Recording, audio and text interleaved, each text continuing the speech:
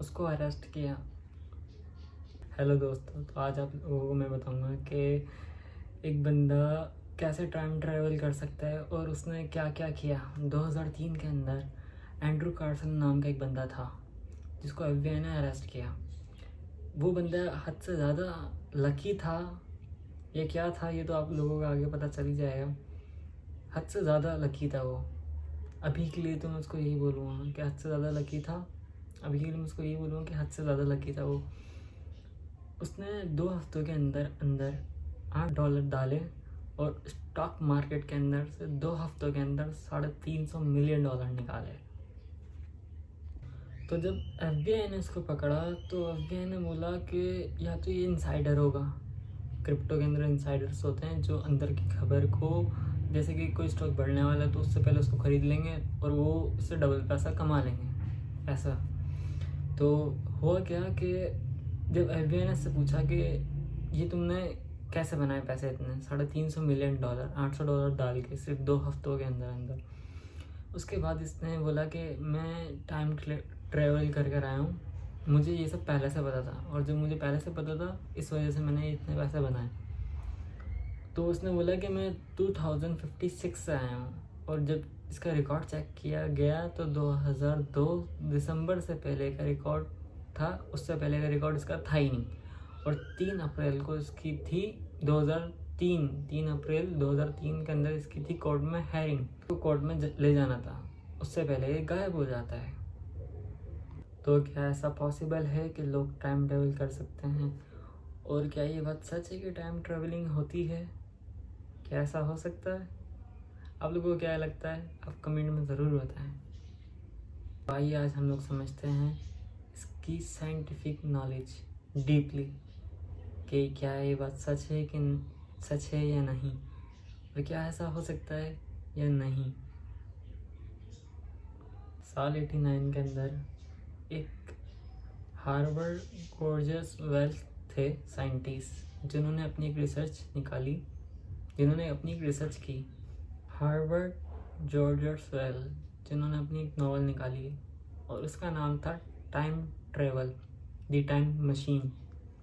तो ये कहानी की बेस पे आज टाइम मशीन जो टाइम मशीन की कहानी है, जो टाइम ट्रैवलिंग की कहानी है, वो निकाली गई। एक फिक्शन थी, एक जस्ट कहानी थी। जैसे कि हम लोग कहानियाँ सुनते हैं बचपन में, जैसे छोटी छोटी कहानियाँ होती थी, बाद में हमें बड़ों के पता चलता था कि ऐसा तो होता ही नहीं था, ये तो सब बस ऐसे ही, जब बच्चे थे हमें, हमारे अंदर अकल नहीं थी तो लोग हमें ऐसे ही डराते थे, बताते थे और सुनाते थे, और हम उनकी बातों पे कैसे यकीन करें, क्योंकि उस टाइम ना हमें मोबाइल चलाना आता था, ना हमें इंटरनेट का पता था, ना हमें रिसर्च करनी आती थी। देखा जाए तो साइंस में टाइम ट्रैवल कैसे किया, अब देखा जाए तो साइंस में टाइम ट्रैवल कैसे किया जा सकता है, उसके अलग अलग फ्रिक्शंस हैं, उसके अलग अलग तरीके हैं। जैसे कि हम फिल्मों का इस्तेमाल कर लेते हैं इस कॉन्सेप्ट को थोड़ा अच्छे से समझने के लिए। देखा जाए तो टाइम ट्रैवल बहुत सारे तरीके का हो सकता है। जैसे कि टाइप्स हो सकती हैं इसकी, कि एक तो ये कि वन वे फ्यूचर, कि आप आ सकते हो, जा नहीं सकते, या तो आप जा सकते हो, आप आ नहीं सकते, मतलब वन वे रोड, आपको एक ही रास्ते पे चलना है, या तो आप जा सकते हो तो आप जाओ, वापसी नहीं आ सकते आप उसके अंदर, कंडीशन ये है। जैसे कि देखा जाए तो आप इस बात को मानेंगे नहीं, क्योंकि आप लोग ये बोलेंगे कि एक साइंस फिक्शन है, पर ऐसा नहीं है। देखा जाए तो न्यूटन से पहले जितनी भी चीज़ें थीं वो सारी चीज़ों को लोग मानते नहीं थे, क्योंकि उस टाइम सिर्फ टाइम था, बस time management and times forward backward नहीं था उसके अंदर। डायलेशन टाइम डायलेशन का जो फ्यूचर है वो आइंस्टाइन ने निकाला। उससे पहले जो टाइम था उसको कांस्टेंट माना जाता था, उससे पहले लोगों को टाइम डायलेशंस के बारे में पता ही नहीं था। दुनिया के most famous mathematician and physicist Isaac Newton, उनका ये कहना था कि दुनिया में आप कहीं पर भी हो, चाहे ब्लैक होल के पास हो या किसी और कंट्री में हो, टाइम एक ऐसी चीज़ है जो हर जगह कांस्टेंट रहेगा, मतलब एक ही रहेगा। जैसे कि यूएसए में टाइम अलग होता है, यहाँ पे टाइम अलग होता है, कहीं और टाइम चाइना में अलग होता है, रशिया में टाइम अलग होता है। हर कंट्री का एक अलग अपना टाइम जोन है, टाइम सेट है, और एक होता है यूनिवर्सल टाइम। पर न्यूटन का ये कहना था कि हर जगह टाइम एक ही होता है, चाहे वो ब्लैक होल हो या कहीं और। पर जब से आइंस्टाइन ने द टाइम ड्यूरेशन निकाली है, उसके बाद से लोगों को टाइम के बारे में पता चला, और टाइम ट्रेवलिंग के बारे में थोड़ी सी नॉवेल्स आई हैं, स्टोरीज आई हैं। तो न्यूटन की बात गलत करने के लिए आइंस्टाइन ने कहा कि टाइम कांस्टेंट नहीं होता, time is irrelevant. Time depend करता है ग्रेविटी और स्पीड पे। टाइम एक पानी की तरह है, एक नदी की तरह है पानी। जब टाइम चलता है तो रुकता नहीं है, टाइम कांस्टेंट नहीं है। इसका मतलब ये टाइम रुकता नहीं है, टाइम नदी की तरह है। हाँ, तो स्पीड अगर स्लो कर दी जाए और फोर्स अगर तेज़ कर दी जाए तो इसी टाइम को कहा जाता है टाइम डायलेशन। ये आइंस्टाइन का कहना है। जैसे आप लोगों की आंखों में जो प्यूपल्स हैं ये डायलेट करते हैं, टाइम भी डायलेट करता है जब ऑब्जेक्ट की स्पीड बढ़ जाती है।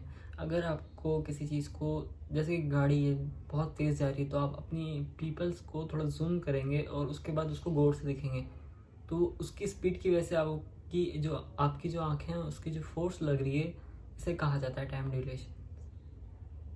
और ये टाइम डायलेशन आइंस्टाइन ने कैसे फाउंड की थी, कैसे निकाली थी, इस चीज़ पे एक अलग वीडियो बन सकती है, तो मैं किसी और वीडियो में इस बारे में बात करूँगा। पर टाइम डायलेशंस के दो तरीके हैं जो मैं आज आप लोगों को बताऊँगा कि कैसे। एक, स्पीड अगर तेज़ कर दी जाए तो काइनेमैटिक टाइम डायलेशन। इसकी एक मिसाल ये है, एक एग्जांपल मैं ये दूंगा कि दो क्लॉक है हमारे पास, एक हम ज़मीन पर रखते हैं और एक हम अपने साथ एरोप्लेन में लेके जाते हैं। जब आप एरोप्लेन का एक चक्कर लगाएंगे और जब वापसी आएंगे और दोनों टाइम को देखेंगे तो कुछ नैनो सेकेंड टाइम पीछे हो जाएगा एरोप्लेन वाली क्लॉक का। ये डिफरेंस है कि जितनी स्पीड से आप जाओगे उतनी स्पीड से टाइम कम होगा, और जो चीज़ कांस्टेंट है, जैसे ग्रेविटी कांस्टेंट है, वो उसी स्पीड पे रहेगी। पर हर जगह का टाइम अलग होता है और टाइम डायलेशन अलग अलग होती हैं। तो सम एग्जाम्पल समझाने का मतलब यही है कि there are two different types of these, which ones you choose to dilations, kinematic dilations, and second one is the force and gravity.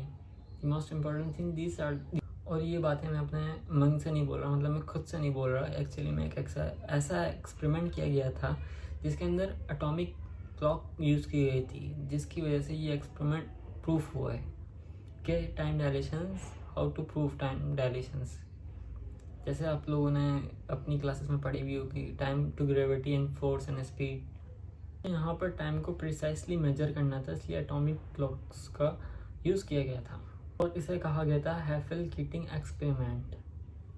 और इसने आइंस्टाइन की थ्योरी को प्रूव कर देता था, टाइम डायलेशन। इसका मतलब ये नहीं है कि टाइम एक्चुअल में स्लो होने लग रहा है उस घड़ी का जो फ्लाइट में है। इसका मतलब ये है कि आप स्पीड में हो और आपकी स्पीड तेज़ है। स्पीड तेज़ ज़्यादातर दो तरह से हो सकती है, कि जहाँ ग्रेविटी कम हो और जहाँ आप किसी और कंडीशंस में हो, जैसे कि आप कहीं और, आप ब्लैक होल के पास हो, आप किसी और कंट्री में हो, वहाँ का वेदर अलग है, वहाँ की स्पीड अलग है, वहाँ की ग्रेविटी अलग है। थियोरेटिकली अगर देखा जाए तो अगर हम ऐसा रॉकेट बना सकें जो लाइट की स्पीड से तेज़ चले, और उसके बाद आप उस रॉकेट में बैठ कर जाओ और फिर आप वहाँ पे 10 साल तक रहो, और फिर जब आप वापसी आओगे ना, तो जब आप वापसी अर्थ पर आओगे तो आपको जो टाइम दिखेगा वो 9000 साल आगे का टाइम दिखेगा। मतलब अर्थ में बहुत सारी चीज़ें चेंज हो चुकी होंगी, क्योंकि जिस रॉकेट में आप गए थे वो लाइट की स्पीड से भी ज़्यादा तेज़ था, और अब 10 साल वहाँ थे, तो वहाँ के 10 साल यहाँ के 9000 साल के बराबर है। ये है टाइम डायलेशन। और अगर आप लोग ये आज के दिन करना चाहें तो साइंटिफिकली ये चीज़ आज के दिन में पॉसिबल है, पर इतनी स्पीड में चलने वाला एयरक्राफ्ट आज तक बना नहीं है, तो ये चीज़ प्रूव होती है। पर जैसे जैसे टाइम बढ़ता जाएगा हमारी टेक्नोलॉजी और इम्प्रूव होती जाएगी, तो ये चीज़ आगे पॉसिबल है। जब नई टेक्नोलॉजी आएगी तो उस स्पीड के उस चीज़ के हिसाब से जो जहाज़ और एयरक्राफ्ट बनेंगे वो ये टाइम ट्रैवल और टाइम डायरेक्शंस को समझ पाएंगे और उस चीज़ से फिर हमें डिफरेंस दिखेगा। ये फिर बहुत बड़ा डिफरेंस होगा। कैनेडी पडाल्का ये एक रशियन एस्ट्रोनॉट हैं। एस्ट्रोनॉट मतलब जो स्पेस पे होते हैं, जो सैटेलाइट्स में होते हैं, सैटेलाइट्स मेंटेनेंस स्पेस रिसर्च करते हैं साइंटिस्ट। वो इन्होंने 879 डेज स्पेस में अपने स्पेंड किए हैं, जिसकी वजह से इनकी उम्र 0.02 सेकंड हमसे छोटी है।